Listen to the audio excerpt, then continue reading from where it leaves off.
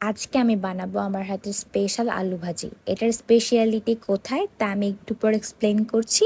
প্রথমে চলুন রান্নায় চলে যাই। আসসালামু আলাইকুম এভরিওয়ান। ফার্স্টে হচ্ছে তেল দিয়ে নিব।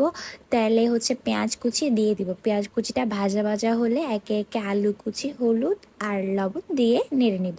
নাড়ার কিছুক্ষণ পর ঢাকনা দিয়ে দিব। মাঝখানে প্রয়োজন অনুসারে হালকা নেড়ে নিব।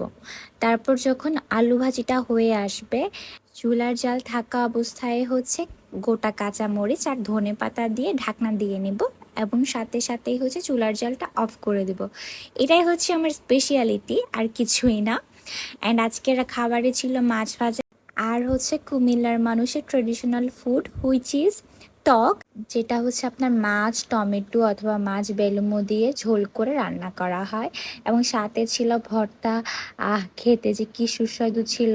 ও মজার ব্যাপার হচ্ছে, আমরা কুমিল্লার মানুষ টককে হচ্ছে চুকা বলি, তোমরা কি বলো? বিভিন্ন জেলার মানুষের বিভিন্ন রকমের খাবার রয়েছে, যে আমরা কুমিল্লার মানুষরা হচ্ছে তরকারি হিসাবে ভাতের সাথে টক আর ভর্তা বেশি প্রেফার করি এবং এটা খাইতে অমৃত। Please try this.